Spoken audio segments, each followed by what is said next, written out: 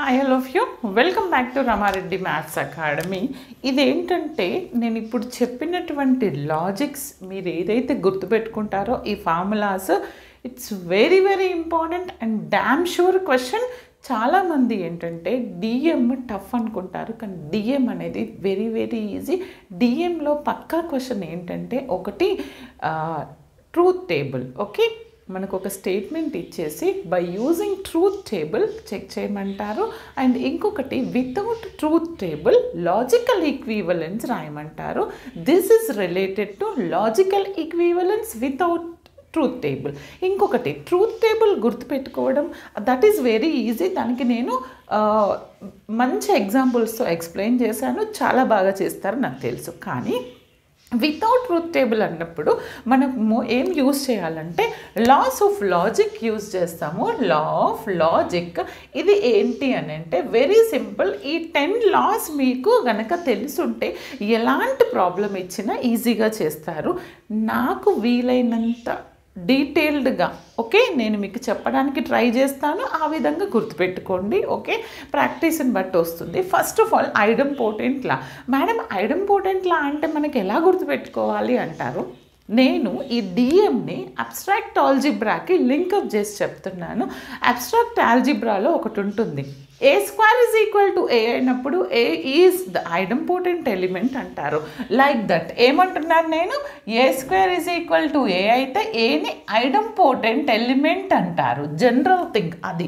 ఇక్కడ ఏంటిది, suppose either multiplication అనుకుంటే ఇప్పుడు ఏ స్క్వేర్ పీ స్క్వేర్ అయినప్పుడు పీ రావాలి, పీ స్క్వేర్ అయినప్పుడు పీ రావాలి. That's it.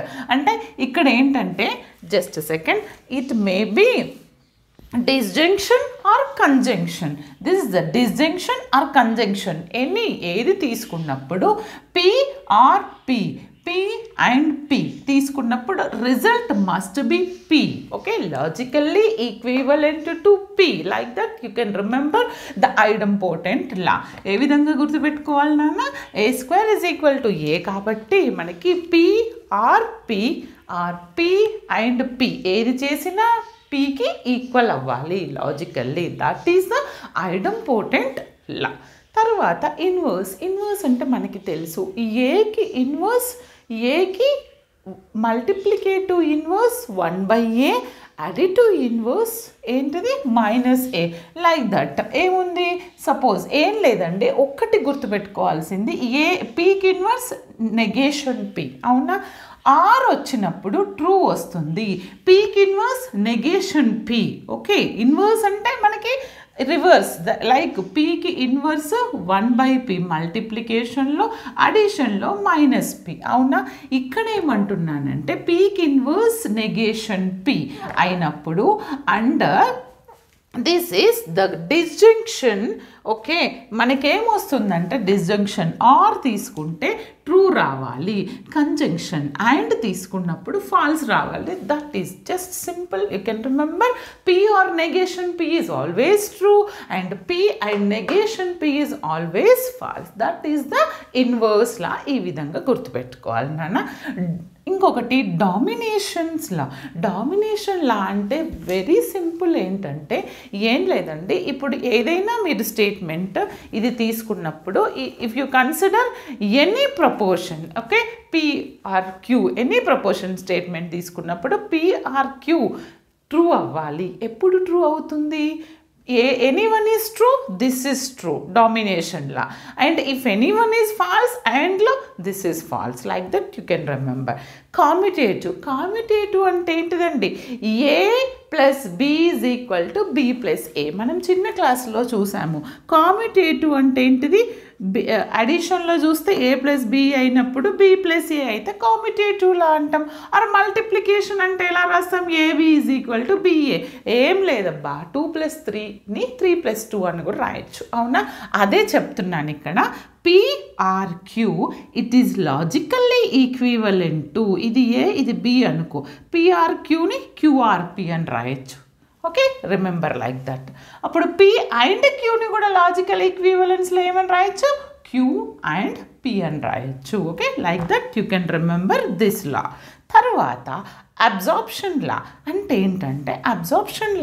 ఏంటంటే వెరీ సింపుల్, ఏం లేదు బేటా, P or P and Q, P or P and Q మనకి తెలుసు. పిఆర్ పి అండ్ క్యూ చేసిన, పి అండ్ పిఆర్క్యూ చేసిన, the final result it is equal to P, the given proportionals రావాలి, ప్రపోర్షనల్ స్టేట్మెంట్ రావాలి. అంటే ఏం లేదు, పి ఆర్ అని ఒకసారి తీసుకొని పి అండ్ క్యూ తీసుకో, అండ్ పి అండ్ తీసుకొని పిఆర్క్యూ తీసుకున్నా, this is logically equivalent to P, like that you can remember. తర్వాత అసోసియేషన్ లా అంటే ఏంటిది, అసోసియేట్ చేస్తున్నాం అంటే ఏం లేదబ్బా, very simple, P or Q or R అంటే ఏంటిదంటే, దీన్ని మనకి తెలుసు చిన్న క్లాస్లో ఏమని చదువుకున్నాం, A plus of B plus C it is also return as.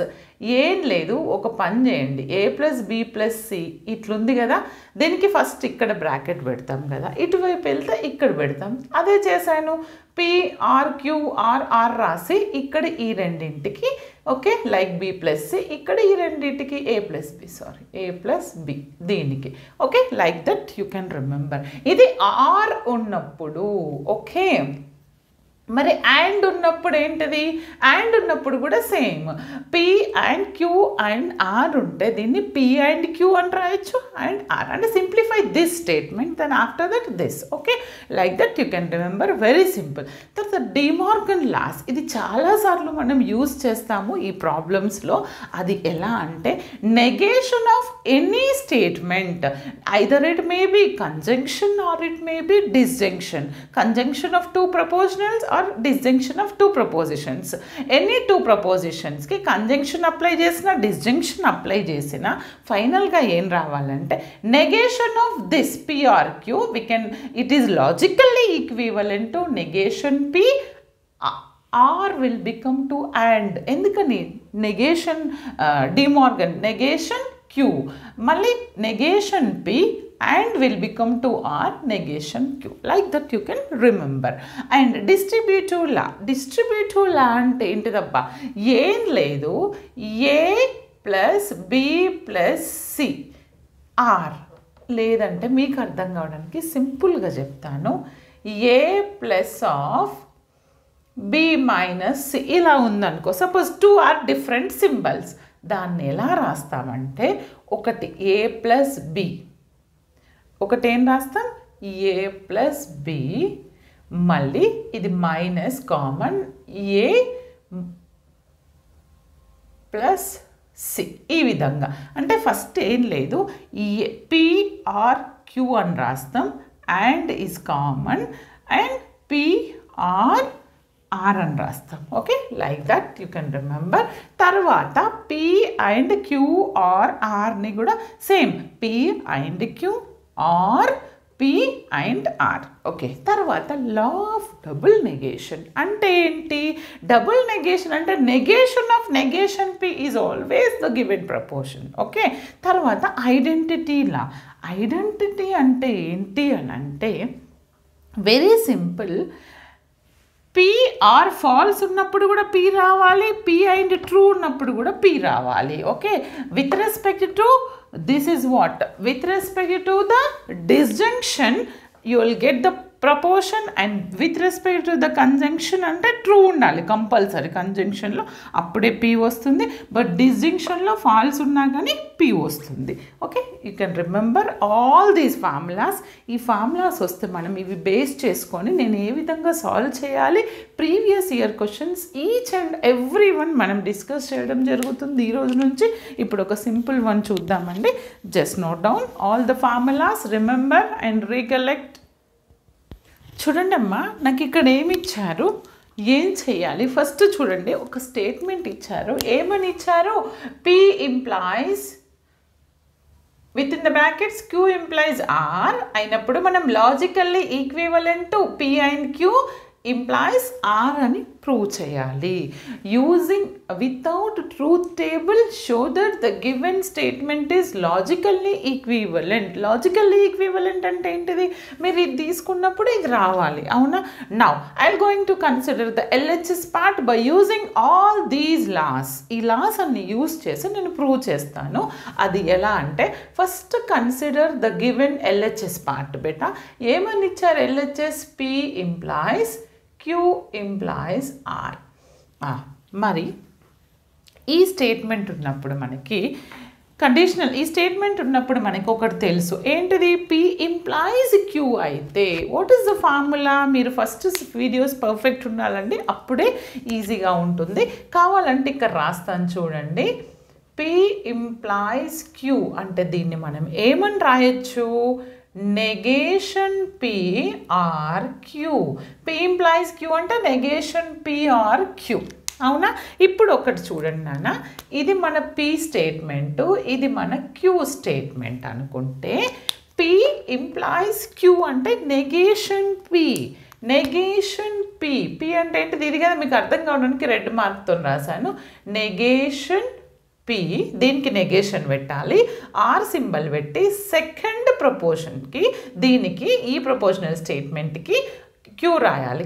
Q అంటే ఈ మొత్తం కదా, ఈ మొత్తం రాస్తాను. Q implies R, అవునా?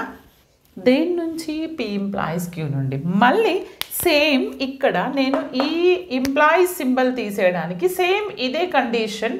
P implies Q అంటే ఏంటిది? ఇది కదా. Q implies R, ఇదే స్టేట్మెంట్. Q implies R ఏమని రాయొచ్చు? నెగేషన్ Q,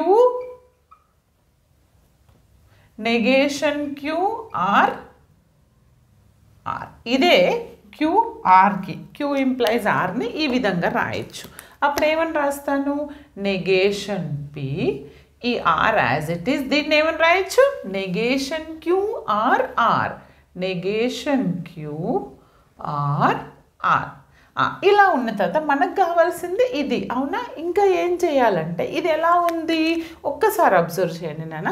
ఇది అసోసియేటివ్ లా లాగా ఉంది. జస్ట్ లైక్ ఇది P అనుకోండి, ఇది P R Q R R.